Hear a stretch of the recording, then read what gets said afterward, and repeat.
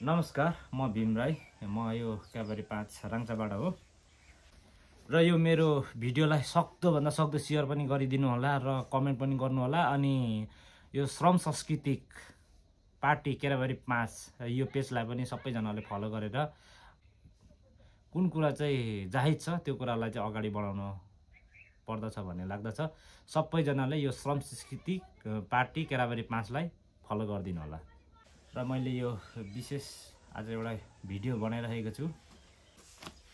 हिजो बेलुका हामी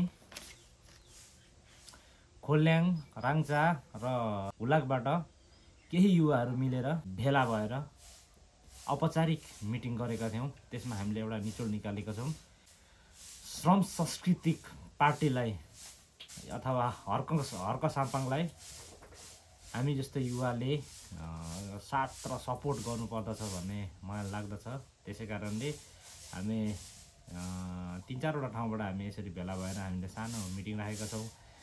हामी युवाले नबुझे कसले बुझ्ला र हामी परिवर्तन चाहन्छौँ भने हामीले पुरानो दलमा आबद्ध रहेर परिवर्तन गर्न असम्भव देखेको कारणले गर्दा हामीले यो श्रम सांस्कृतिक पार्टीलाई अथवा श्रम सांस्कृतिक अभियानलाई अगाडि बढाउनु पर्दछ र हजुरहरू पनि यो हाम्रो श्रम सांस्कृतिक अभियानमा जोडिनु हुन पनि म अनुरोध गर्दछु हजुरहरूलाई।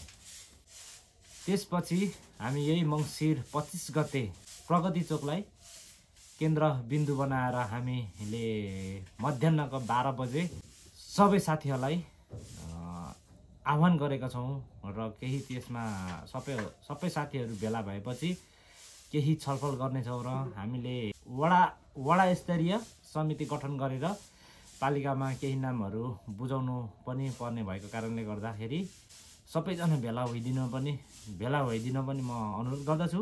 र त्यसपछि भने हामीले समेट्नु छुटेका टोलहरूको म नाम लिन अथवा उच्चारण गर्न गइरहेको छु।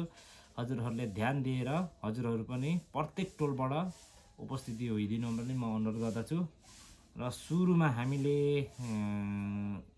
छुटेका टोलका नाम यस प्रकार छ।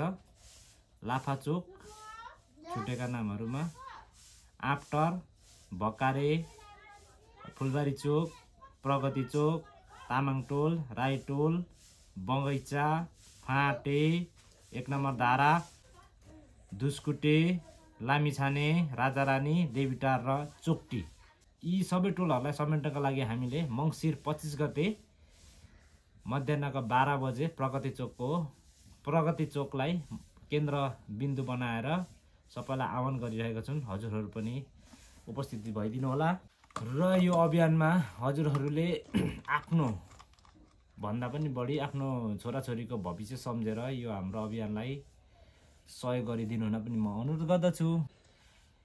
तसर्थ यही पुस 8 गते हाम्रो पालिकामा श्रम सांस्कृतिक पार्टीका अध्यक्ष हर्क साम्पाङज्यू आमसभा भेलाको लागि आउनु हुँदैछ र हजुरहरू पनि सबैजना उपस्थिति भइदिनु हुन पनि म अनुरोध गर्दछु है त।